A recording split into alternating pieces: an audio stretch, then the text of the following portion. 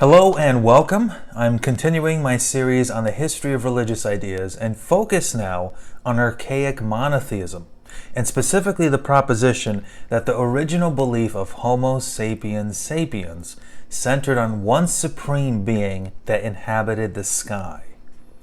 E.J. Michael Witzel, the retired Harvard professor of Indology, in his book The Origins of the World's Mythologies, ranks this as an extremely archaic belief, potentially going as far back as 100,000 years ago or more, well before humans left Africa, a truly amazing and integral aspect of human belief.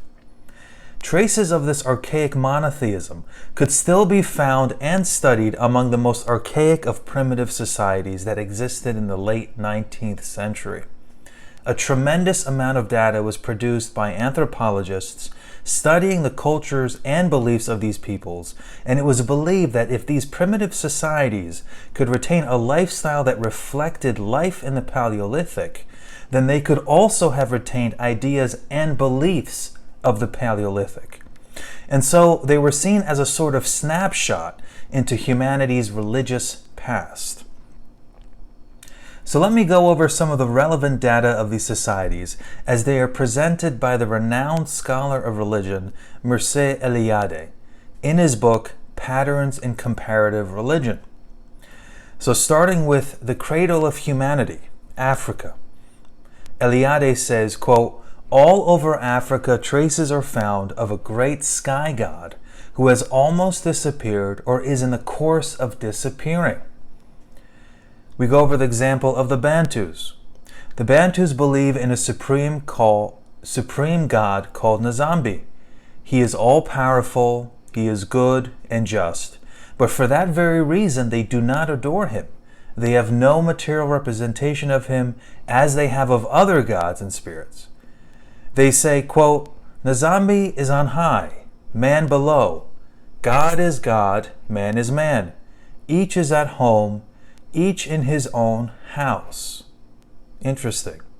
So we will see that this paradoxical attitude, which recognizes a supreme God in heaven, yet puts him on the periphery of religious life, is very common. And for this reason, the archaic notion of the supreme God is that of a deus odiosus, or an idol god, a god that is truly supreme, but also distant from human affairs, with humans paying him little to no worship. So we now jump to Australia, which was settled some 50,000 years ago.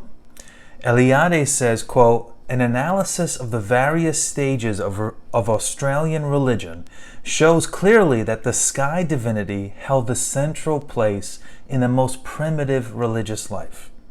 Originally, Mungangana, who is the supreme god, used to live on earth among men.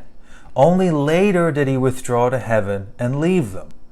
All over Australia one can recognize to some extent the myth of the gradual withdrawal of divine beings." So the Aborigines of southeastern Australia, which were the most isolated and reflected the oldest and most archaic cultures, believed in a supreme being whom they gave various names. Typically, they called him Mingangana, Darmalum, Bame, or Bunjum. Some of these personal names, like Darmalum, were esoteric and only revealed to young men going through initiation. The women and children refer to the supreme god as Papang, or Father, or Biambam, which means Lord. The All-Father was a very common name given to the supreme god. And the All-Father of these Aborigines was the creator of the universe and of man. He was recognized as benevolent. He taught humans mysteries, instituted civil laws. He rewards the upright and defends morality. And he dwells far up in the sky near the Milky Way. But Eliade notes, quote, "But nowhere does the belief in such a supreme being dominate religious life. The characteristic element in Australian religion is not belief in a heavenly being, a supreme creator, but in totemism. He is pushed to the periphery of religious life where he is almost forgotten. Other sacred forces nearer to man, more accessible, are worshipped. Wow. So again, the theme of a Deus odiosus. So we now turn to the Andaman Archipelago, which had one of the most primitive peoples of Asia. Anthropologists found an almost forgotten belief in a supreme divinity among the aboriginal peoples of the Andaman Archipelago. The supreme being was called Puluga, and he dwelled in the sky. Puluga created the world and the first man, Tomo. As humanity grew and dispersed, it grew more forgetful of its creator. So one day, Puluga got angry and he sent a flood, which covered the whole earth and destroyed mankind. Only 4 people escaped. Puluga reminded them once and for all his commandments, and then he withdrew into heaven. Men have not seen him since. The Andaman Islanders have no worship of this god. They have no prayer. They offer no sacrifice. They don't even give him thanksgiving. They simply express fear towards him, and therefore they respect his commandments. So yet again, a Deus odiosus. Lastly, we're going to turn to the southern tip of South America, Terra del Fuego, where again in the late 19th century it still housed an isolated tribes of humans that lived according to a primitive lifestyle. The Selknam, nomadic hunters of Tierra del Fuego, had a supreme being named Temaco, but from holy fear they never spoke his name. He is Sowan Haksan, or dweller in the sky. He is eternal, omniscient, omnipotent, the indirect creator of the world. Before withdrawing beyond the stars, he created the mythical ancestors who accomplished creation of the world on his behalf. This god, although supreme, is set apart from men. He has no images, no priests. He is the author of the moral law and master of all destinies, but the people only pray to him in case of illness. So in conclusion, belief in a supreme sky god is generally to be found among the most archaic of primitive societies, from Africa to Australia to the southern tip of South America.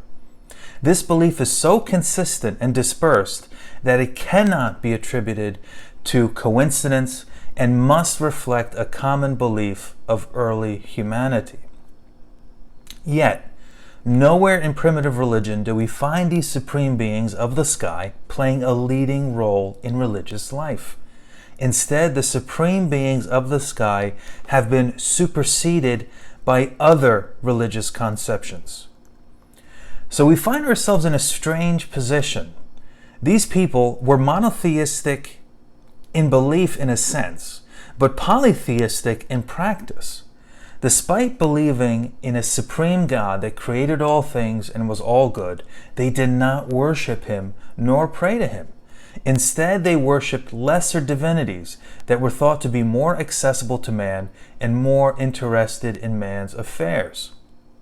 Since this supreme being has almost no functional purpose in religious life, it must be an artifact, the survival of a more archaic belief where the supreme being had a more intense relationship with humanity and was the central figure of religious life. And so I believe Witzel is right. The belief in a high God represents one of the most archaic beliefs of humanity, one that can very well extend to a time before Homo sapiens sapiens even left Africa.